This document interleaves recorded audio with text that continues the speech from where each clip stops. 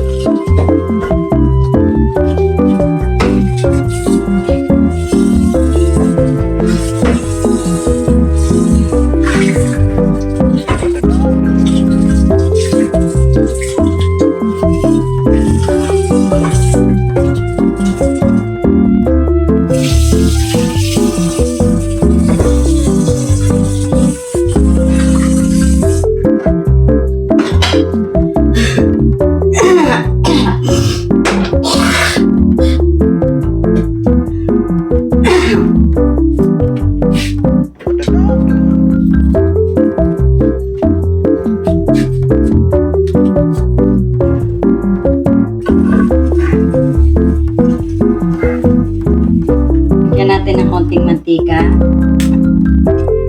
Lagay na po natin ang ating bawang.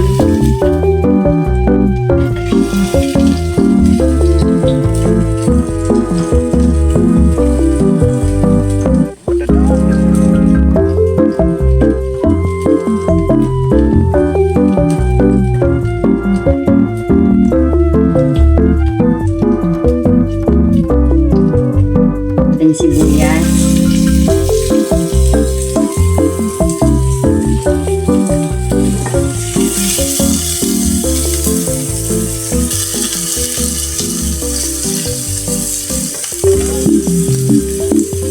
Lagay na po natin ang ating giniling. Yan po ang ating pork giniling.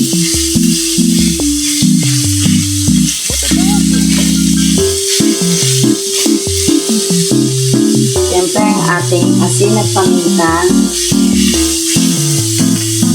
ating pampalasa, pati na isang kutsarang patis.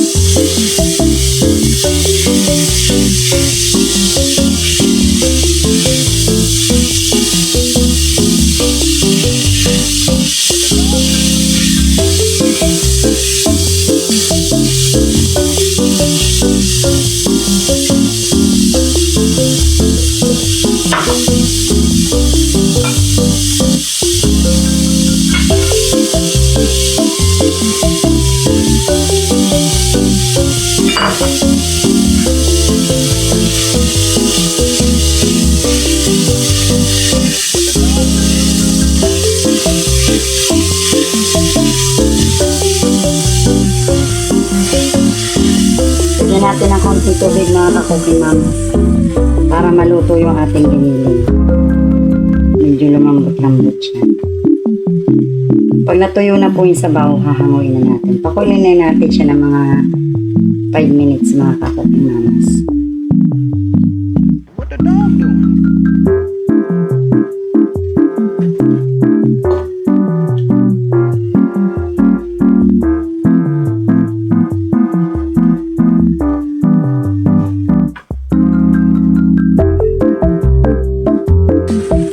Ayan na, maluluto na yung ating giniling. Wala nang ano siya.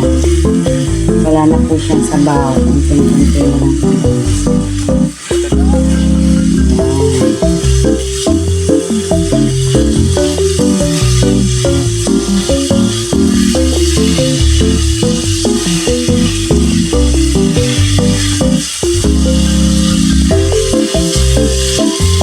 Yan na mga mamas, luto na po. Set aside muna natin.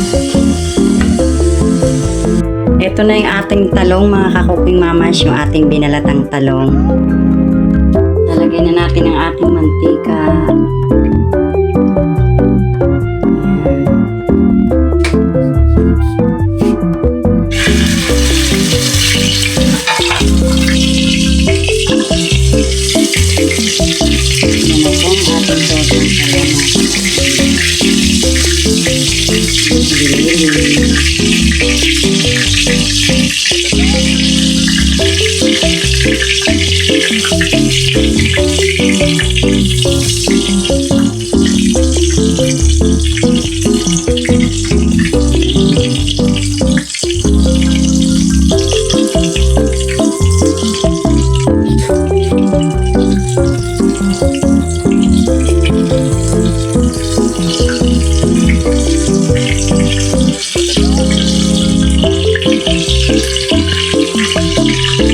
Ayan po mga ka-cooking mamas, isang salan na lang po tayo ng ating tortang talong.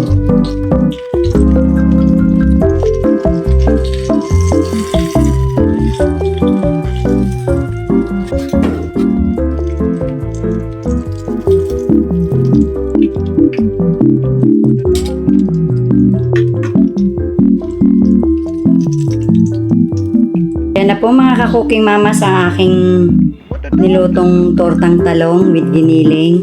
Maraming salamat po sa inyong panonood. Lalong-lalo na po sa mga nasa ibang bansa. Lagi po kayong mag-iingat dyan.